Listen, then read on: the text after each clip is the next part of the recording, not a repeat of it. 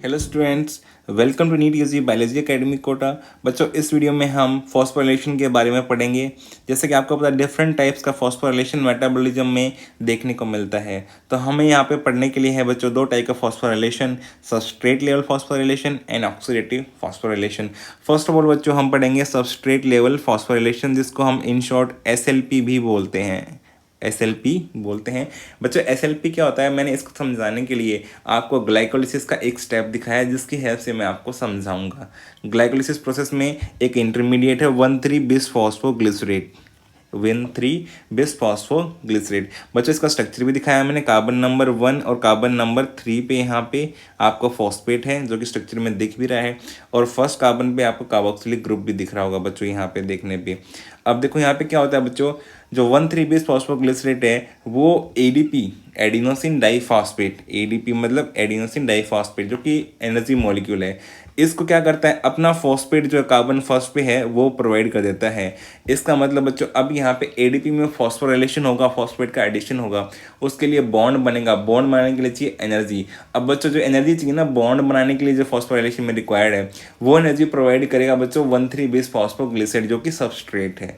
वही energy provide कर रहा है डायरेक्टली यहाँ पे फॉस्फोराइलेशन के लिए। तो इसलिए बच्चों इसके ADP के अंदर फॉस्फेट जब बॉन्ड बनेगा, तो फॉस्फेट के बॉन्ड बनाने के लिए बच्चों यहाँ पे क्या होगा कि यहाँ पे एनर्जी प्रोवाइड करेगा सबस्ट्रेट। इसलिए यहाँ पे ADP कन्वर्ट हो जाएगा बच्चों adenosine triphosphate high energy molecule के अंदर, और 1,3 बिस फॉस्फोग्लिसरेट कन्वर्ट हो जाएगा बच्चों 3 फॉस्फोग्लिसरेट के फॉर्म में। अब देखो यहाँ पे जो यहाँ कैटलाइज करवा रहा है एंजाइम, वो है बच्चों फॉस्फोग्लिसरेट काइनेज। यहाँ पे कौन सा एंजाइम है, फॉस्फोग्लिसरेट काइनेज एंजाइम है, जो इस टाइप को कैटलाइज करवा रहा है।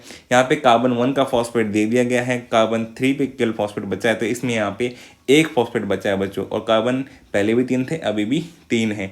अब यहाँ पे बच्चों जो ग्लिसरेट लिखा है, एक तो ये बात याद रखना, आयन लिखा हुआ है यहाँ पे फॉस्फोग्लिसरिक एसिड भी लिख सकते हैं, मगर ये आयन की फॉर्म में होता है, इसलिए यहाँ पे फॉस्फोग्लिसरेट लिखा हुआ है। ये बात समझ में आ गई। तो बच्चों SLP में क्या होता है, जो फॉस्फोराइलेशन के लिए बॉन्ड बनता है उसकी एनर्जी रिक्वायर्ड होती है, वो एनर्जी डायरेक्टली कौन देता है, सबस्ट्रेट। तो इसको बोलते हैं हम सबस्ट्रेट लेवल फॉस्फोराइलेशन। अब देखो बच्चों ऑक्सीडेटिव फॉस्फोराइलेशन, ऑक्सीडेटिव फॉस्फोराइलेशन को OP से बोल देते हैं। यहाँ पर होता क्या है बच्चों ऑक्सीडेटिव फॉस्फोराइलेशन में, यहाँ पे देखो मैंने एक माइटोकॉन्ड्रिया की मेम्ब्रेन का डायग्राम दिखाया आपको बच्चों, जिसमें आपको पूरी सेल ना दिखा करके और माइटोकॉन्ड्रिया की मेम्ब्रेन दिखाई है आपको। यहाँ पे इंटर मेम्ब्रेन स्पेस दिखाया है आपको मैंने, इनर माइटोकॉन्ड्रियल मेम्ब्रेन दिखाई है आपको, और मैंने दिखाया माइटोकॉन्ड्रियल मैट्रिक्स, मतलब यहाँ पे मैट्रिक्स जो है इनर साइड वाली आपको दिखाई है। अब देखो बच्चों यहाँ पे क्या है कि यहाँ पे जो रिड्यूसिंग एजेंट्स होते हैं NADH and FADH2। अब NADH का क्या होता है बच्चों, यहाँ पे ऑक्सीडेशन होता है। कैसे होगा, इसके इलेक्ट्रॉन्स निकाल दो तो ये ऑक्सीडाइज किस में जाएगा, NAD+ की फॉर्म में, और इसके इलेक्ट्रॉन चले जाएंगे बच्चों कॉम्प्लेक्स फर्स्ट के पास। यहाँ पे डिफरेंट कॉम्प्लेक्स काम करते हैं, जिसकी वजह से इलेक्ट्रॉन ट्रांसपोर्ट चेन चलती है। अब बच्चों यहाँ पे देखो, यहाँ कॉम्प्लेक्स 1 के पास जाएगा जो इलेक्ट्रॉन, वो आगे जाएगा, वो किनोन के पास जाएगा, किनोन से फिर वो आगे जाएगा कॉम्प्लेक्स 3 के पास इलेक्ट्रॉन, और फिर कॉम्प्लेक्स 3 से जाएगा बच्चों कॉम्प्लेक्स 4 के पास। सिमिलरली बच्चों यहाँ पे FADH2 जो होता है, ये कॉम्प्लेक्स 2 का पार्ट होता है, तो FADH2 अपने इलेक्ट्रॉन देता है बच्चों यहाँ पे कॉम्प्लेक्स 2 को इलेक्ट्रॉन देगा, तो खुद ऑक्सीडाइज जाएगा किस फॉर्म में बच्चों, ये FAD की फॉर्म में ये ऑक्सीडाइज हो जाएगा। अब इस चीज़ को समझो बच्चों, यहाँ पे FAD की फॉर्म में ऑक्सीडाइज हो गया है, तो इसके इलेक्ट्रॉन भी वैसे ही फिर किनोन के पास जाएंगे। किनोन से कहाँ जाएंगे बच्चों, ये कॉम्प्लेक्स 3 के पास जाएंगे, कॉम्प्लेक्स 3 से कॉम्प्लेक्स 4 के पास, कॉम्प्लेक्स 4 के पास। उसी टाइम पे बच्चों क्या हुआ है, कॉम्प्लेक्स 4 के पास जब इलेक्ट्रॉन जाएंगे तो ये इलेक्ट्रॉन ट्रांसपोर्ट चेन चलेगी, यहाँ पे FADH2 और NADH का ऑक्सीडेशन होगा। उसी टाइम पे सिमिलरली इंटरमेम्ब्रेन स्पेस में बच्चों क्या होता है, प्रोटॉन यहाँ पे पंप कर दिए जाते हैं, इनकी कंसंट्रेशन इंक्रीज होती है, और ये फाइनली इलेक्ट्रॉन जब यहाँ पे पहुंचेंगे बच्चों, इनका फाइनल इलेक्ट्रॉन सेप्टर ऑक्सीजन होता है, एरोबिक रेस्पिरेशन अगर होगी तो, साथ में प्रोटॉन लेगा मैट्रिक्स से, ये कन्वर्ट हो जाएगा बच्चों वाटर की फॉर्म में। जब ये यहाँ तक पहुंचेगा बच्चों, इनका ऑक्सीडेशन होगा, इलेक्ट्रॉन ट्रांसपोर्ट चेन चलेगी, उस टाइम पे प्रोटॉन की कंसंट्रेशन क्या होगी, धीरे धीरे इंटरमेम्ब्रेन स्पेस में इंक्रीज होना शुरू हो जाती है, क्योंकि इलेक्ट्रॉन ट्रांसपोर्ट चेन के दौरान उसी टाइम पे प्रोटॉन जो इंटरमेम्ब्रेन स्पेस में इंक्रीज हो जाएगा और मैट्रिक्स में कंपैरेटिवली कम हो जाएगा।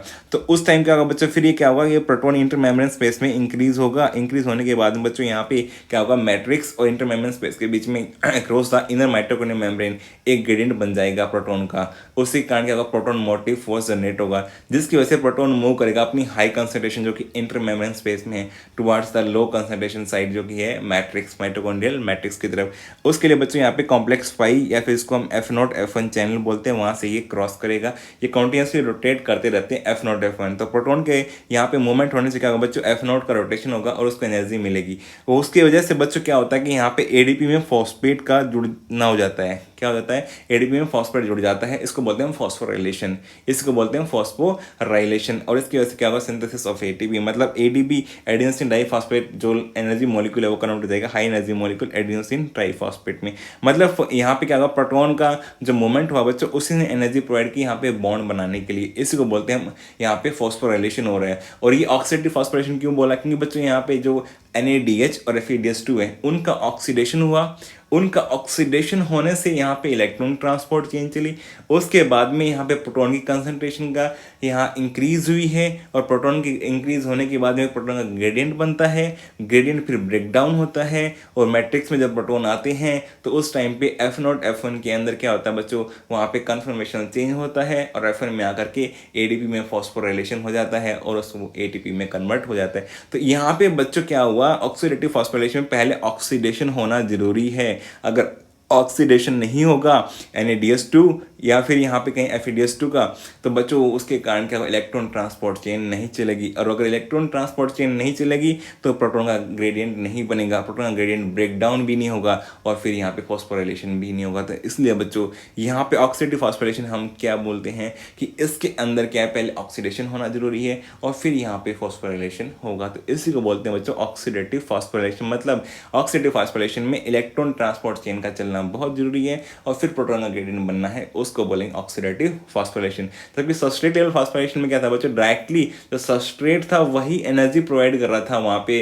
फॉस्फोराइलेशन होने के लिए, इसलिए उसको हमने बोला कि सबस्ट्रेट लेवल फॉस्फोराइलेशन। जबकि ऑक्सीडेटिव फॉस्फोराइलेशन में डायरेक्टली सबस्ट्रेट एनर्जी प्रोवाइड नहीं कर पा रहा है, उसके जहाँ पे इलेक्ट्रॉन्स निकले हैं और जहाँ तक वो गए हैं उसके बाद में फिर प्रोटॉन का ग्रेडियंट बनता है। तो यहाँ पे क्या होता है, ऑक्सीडेटिव फॉस्फोराइलेशन बच्चों आपको फर्दर जो है प्रोसेस को कंटिन्यू करना पड़ता है, तब जाकर के वहाँ फॉस्फोराइलेशन कंप्लीट होती है। तो यही डिफरेंस था बच्चों सबस्ट्रेट लेवल फॉस्फोराइलेशन में और ऑक्सीडेटिव फॉस्फोराइलेशन में।